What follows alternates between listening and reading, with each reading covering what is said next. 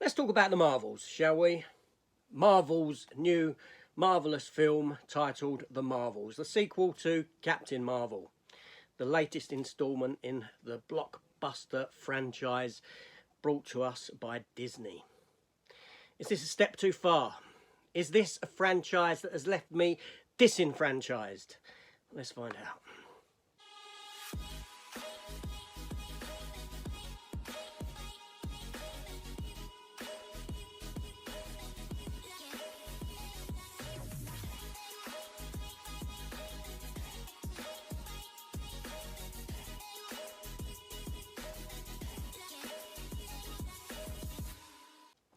Hello everyone and welcome back to the channel. Welcome to my review for Marvel's umpteenth movie, The Marvels, the return of Carol Danvers, the return of Brie Larson as the ever-likeable hero, Captain Marvel.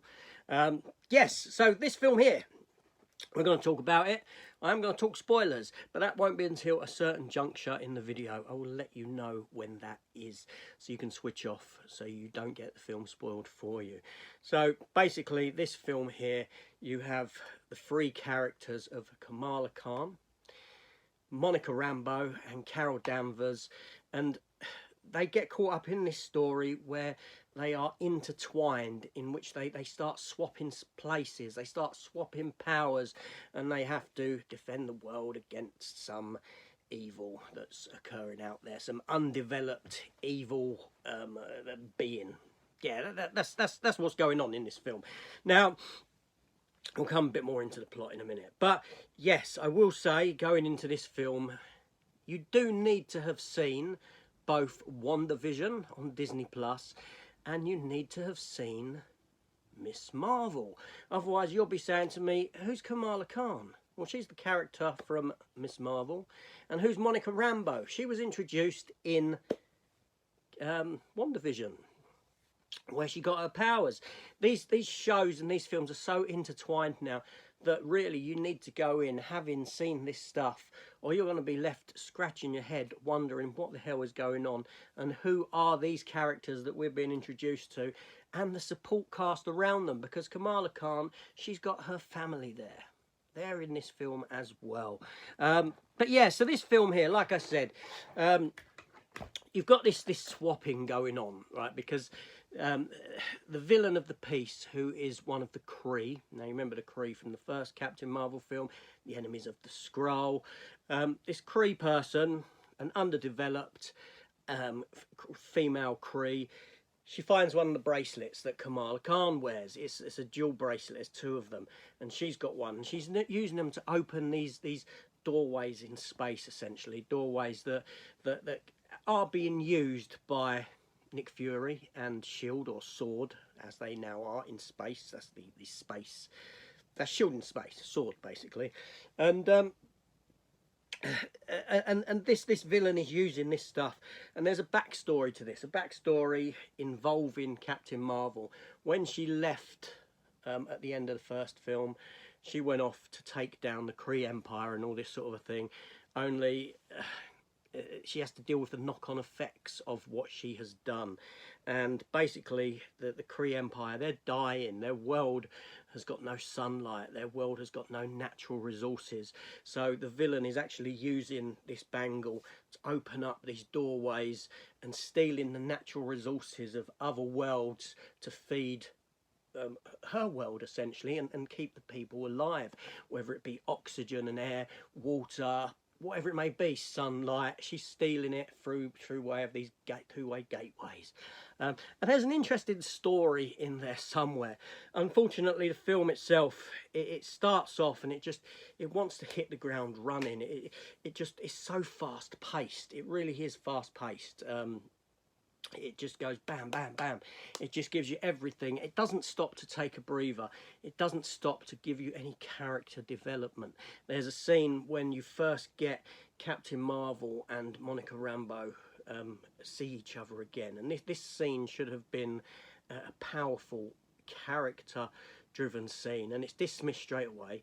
It's dismissed straight away. And they come back to it later on in the film where they do have a little tat-a-tat, shall we say, but it's about 5 lines. It's really short, and this is indicative of the writing that we're now getting within these films.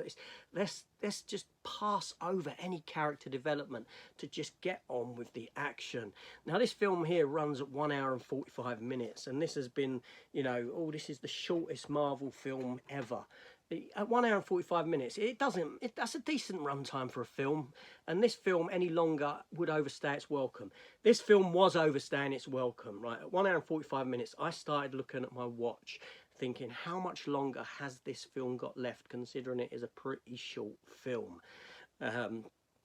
Yeah, unfortunately. Now, the film is directed by Nia DaCosta, who has previously directed the Candyman remake from a few years back. Now, I've not seen that film. I think I tried watching it and I switched it off. And it's written by Nia DaCosta with Megan McDonnell and Alyssa Karasik. I think that's how you pronounce the name. And it is a very female-heavy movie. Obviously, you have Brie Larson in the role of Carol Danvers, Captain Marvel. You have Teyonah Parris as Monica Rambeau. Imen Vellani as Kamala. Sam Jackson is there as Nick Fury to pop up proceedings.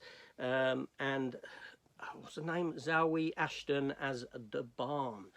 That's the villain of the piece. So it's a very female-centric movie, to the point that you actually feel like this film is trying to almost give you a sort of the movie that Endgame wanted to give you when it done that scene with all the female characters, almost sort of echoing that in the, this is what we want to do, a female, hefty female fronted show with Nick Fury thrown in for good measure.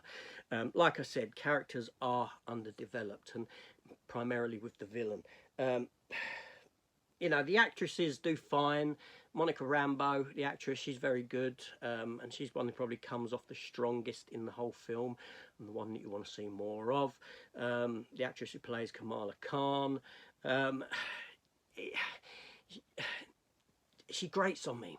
The character grates on me, not so much the actress, but there's bits where it's all smiles and this sort of a thing in the film to one another, and their reactions are the same. Each character's reaction to swapping powers is the same as the character before. It's all smiles and giggles.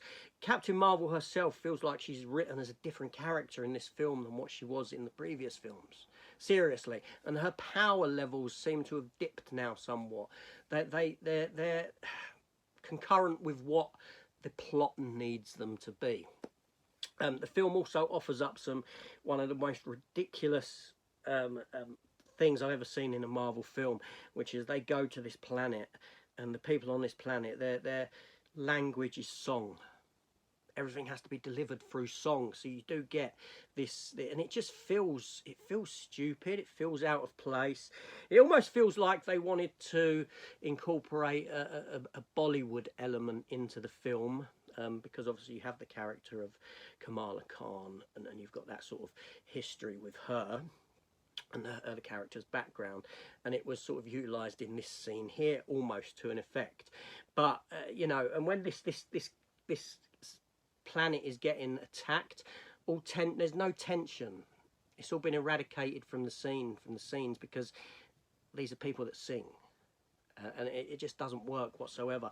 And it's one of those embarrassing moments where you're scratching your head thinking, what made you think that this is a good idea?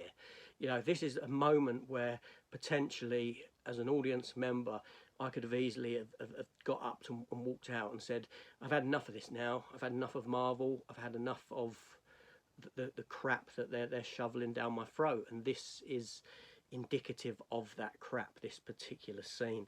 And then you have this silly little story thrown in about the Flurkins, you know, the cat things that gobble people up. And they're used to sort of save the day at one point, or an element of the day. And again, it's just stupidness. It really is. But the biggest flaws of this film are characters like Captain Marvel doesn't feel like she's written like she has been previously. The film actually feels like a Disney Plus special. It doesn't feel like a big budget Marvel cinematic adventure. It does feel more akin to something I could have sat down and watched on Disney Plus. even with the effects. It's just very lacking and very feels smaller scale. And I don't know if that's the inclusion of Kamala Khan in it and Monica Rambeau and the elements from WandaVision and Miss Marvel. It may well be, but there we go. So let's get into a little bit of spoiler territory, shall we? Okay, so cut off here if you don't really want to know anything about the end scenes. So we'll talk about them now. Now, it is worth hanging around, most definitely, right? Hang around for the end scenes, because your first end credit scene, it actually comes before the words start. And we see Kate Bishop. Yes, Hawkeye. Kate Bishop, the female Hawkeye from the Hawkeye TV show. She comes back to her apartment where she's got a one-eyed dog. And when she comes in, it's dark, and there's someone sat in a chair in the corner, and it's Kamala Khan, Miss Marvel. I'm putting together a team. It's mirroring the end of the first Iron Man film, where Nick Fury's, I'm putting together a team. And it just felt, like a disservice to the character of Kate Bishop, in that Kate Bishop's a 23-year-old character within this film, and you've got a girl of, I don't know, 15, 16, talking to her like she's a child, and I'd have been, be on your way, girl, get on, you know what I mean? It just felt like disservice to her, but it's great to see Kate Bishop. I want to see more of her, so that's a positive there. And obviously we're setting up a young Avengers in that sense. Then we jump forward again to the mid-credits scene, and this is the biggie. Now, at the end of the film, there's this plot point where this rift has been opened up in space, and it's connecting two adjoining universes. And Monica Rambeau has to go and shut it, but she has to shut it from the other side, so she closes herself in, and she is lost to this other universe. And this sees her waking up. She's waking up, and she's got her mother next to her. Her mother obviously doesn't know who she is. This is the version of her mother from this world, who in this world is Captain Marvel. But not only that, she's actually in the X-Men headquarters, and you have Beast there. You have Beast, played by Kelsey Grammer, none other than who had portrayed Beast in some of the earlier X-Men films. Name dropped is Professor X. You get a little bit of the tune, X-Men tune, this sort of thing. You see the X logo on one of the doors. You know, the big silver. And it's great. It's really good stuff in that sense. But unfortunately, you have to get through the dross of a film to get to that. The film also has another cameo appearance in it, that being by Tessa Thompson's character Valkyrie, who it's hinted at that she is in a relationship with Captain Marvel. Yeah, so is this film any good? I think I've pretty much summed it up. It's not really, no. It's not a good Marvel film at all. It's pretty poor. It's pretty poor. I thought, okay, nice short run time. The setup was intriguing. I didn't mind, but it completely failed. It completely failed in its writing. Its directing is derivative. It's at this point, Marvel has lost the way. Kevin Feige, you know, hats off to him for what he'd done with Marvel in the earlier days. Now, it's gone off the rails. I don't know what decisions are being made and why they're thinking that some of this stuff constitutes a good idea, because this film is full of abysmal ideas. You know, Nick Fury's turned to a joke with the running around with the cats and the kittens, and the first film was a bit guilty of that as well. And that's the other thing with Nick Fury, is that when you look at the TV show of Secret Invasion, that may as well not have happened. That may as well not exist. You could take that completely out. It feels like it doesn't exist in this. It doesn't fit. You'd think, where do you fit that in regards to this? It doesn't feel like it fits anywhere. It's a bad film, I'm sorry. But anyway, that's me done. I know I've gone on a bit about it, but there's quite a lot to talk about in this one. But there we go. Let me know your thoughts once you've seen it, and I'll speak to you soon.